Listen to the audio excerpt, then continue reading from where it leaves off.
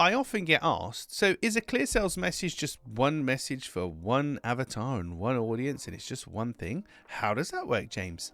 Get asked that a lot.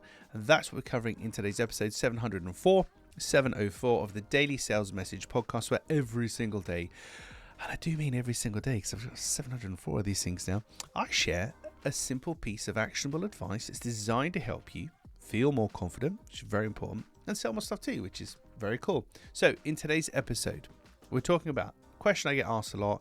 A clear sales message is, I can't just explain my offering in one way to one person. What are you talking about? And I wouldn't expect you to.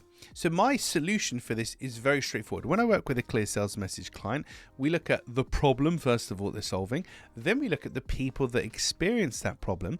And what we're looking for is to siphon off into the different avatars. And most businesses have 1, 2, or 3 core avatars. Some of them have lots and lots and lots, but generally they're variations on a theme. So you might have business clients, you might have personal clients, and maybe you've got another type of clients, but that's it.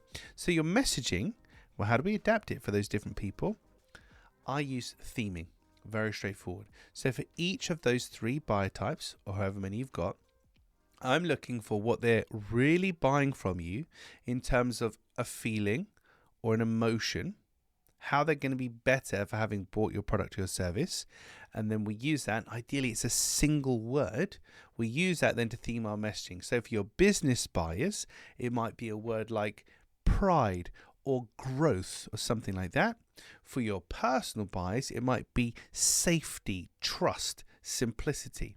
But we'll pick a single word theme where possible, sometimes more than one word, but a single word theme where possible, and that coupled with the actual details of the messaging, this is what it is, blah, blah, blah, we can then take the technicality of explaining something, put it through the lens of, well, we need to talk this about simplicity, pride, and fear, and whatever. And that is how we can ensure in any given scenario we're saying the right thing to the buyer without overcomplicating it and having this huge list of like, well, our avatar drinks this wine and wears these jeans and does this and does that.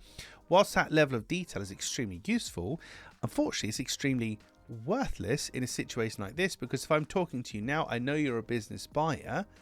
I know I need to talk to you about growth and focus on that as a feeling, versus I know you wear these jeans and you drink this wine, and it's hard to know what to do about that. So how do we adapt our messaging for different audiences? It's simple. We focus on a feeling or an emotion. We have a single word theme that we adhere to, and that is how the magic happens. Right, that's it for this episode of the podcast. Tomorrow, episode 705, a very important question that it's just missed. We forget to ask it. I'm guilty of this too, to be honest with you. But I'll explain what the question is tomorrow in a simple way to ask it without embarrassing yourself. In the meantime, if you haven't already, please hit the like, subscribe, share button, comment below, wherever you're listening to or watching the podcast. It just helps us to reach more people.